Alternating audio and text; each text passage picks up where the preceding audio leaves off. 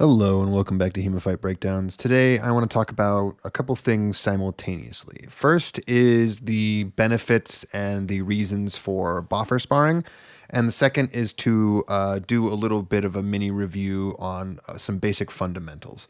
So going off of the first thing, this is a video that a user submitted, and right now we have like some mismatched gear. We have someone with full HEMA gear and someone without really anything. They're probably a little bit new.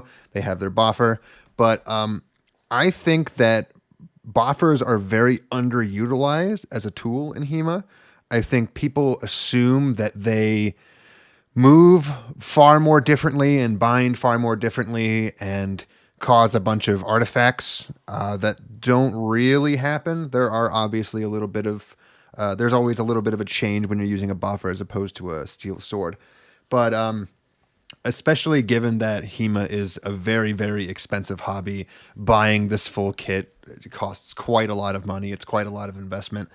And honestly, I think that there's also some serious benefit to just gearing down, only putting on a mask and gloves and just doing some buffer sparring, not only because it's cheaper, but you can really learn some very good fundamentals from that. And it can actually, I think, help you in ways that steel sparring will sometimes hurt you, specifically in the pain department where you can't really hurt people with buffers as much as you can with a steel sword. And more importantly, it can really get you to focus on your cuts and defending your hands because your crossguard is much smaller and there's not as much risk of like breaking your hand if you just throw something a little bit too hard with a steel sword. That being said, now we're just going to watch the exchanges. And in particular, I want you to pay attention to the basics. So that's a good little exchange there. And specifically, it goes through a very specific pattern that you don't see people do with steel swords as much because they get a little bit too used to landing a hit and then stopping. So we have the entry cut from this person. They throw it in the beginning of their step, which is great. As they're following up with their step, the other person binds.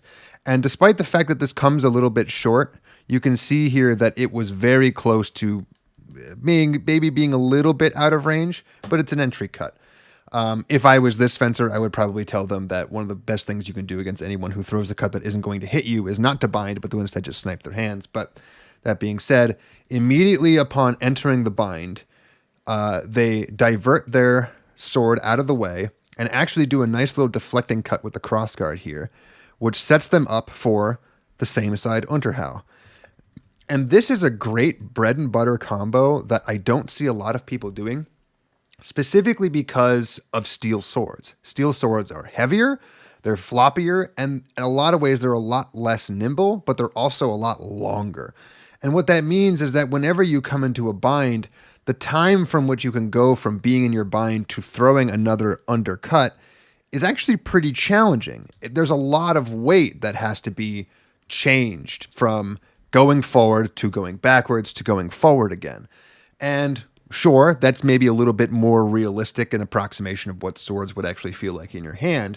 But at the same time, I believe that the weight of the sword is actually creating its own kind of artifact in this sense, and that new people who maybe just don't have that very specific kind of strength to maneuver the sword in the exact way that they want to miss out on techniques and combinations like this until later on, and as a result, don't drill it like they should when they're a little bit newer.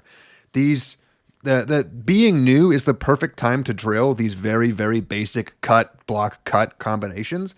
They never stop being effective, and they teach you a lot about what you can do to cover and seek different openings. Because in this particular case, by staying on the same side, you're tricking your opponent into sort of just keeping their guard out on that side, or risking by pulling off and attacking somewhere else. So when you see this happen, you might think, well, why didn't this person immediately upon blocking throw a response cut? And that's because this secondary intention came so quickly that their brain overrode their likely intent to counterattack and just said, no, keep blocking right where you are. And because they kept blocking right where they were vulnerable to this undercut that came up as a follow-up. You can see it coming here right on the hands. Afterwards, when this person, who did just get hit in the hands but hasn't really quite realized it yet, pulls up to basically get their hands out of the way. There's another follow-up cut that taps right here on the top of the hands that could have maybe hit the head if the hands weren't in the way.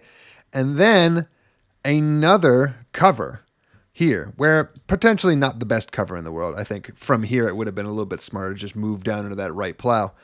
But as soon as this response cut comes, there's no issue pulling the sword back into kind of a hanging parry here. I think in this case, the hanging parry should have been a little bit shifted more to the left side so that it covered a bit more of this side of the body. And I think it comes down right down on the hand. But this is a great little exchange and something that I think is very unique to Boffer training. And more importantly, the kind of training that you need to be giving yourself every once in a while. Because when you get too locked into the patterns that steel swords put you in, you can very often start breaking down your own fundamentals and going for basically high intensity, high intention shots with your opening moves without doing any of these more complicated combinations that deal with blocking and counterattacking. So if there's any advice I would have for people is do more training like this, because not only is it beneficial for helping you get down to your fundamentals, but it's safer, it's a lot easier to pick up, it's cheaper, and it's something that I think every club should be doing as an entry-level program, even when they have steel available. All right, that's going to be it for today. If you'd like to see your own footage featured on the channel, feel free to send me any footage to HEMAFightBreakdowns@gmail.com, and I hope to see you next time.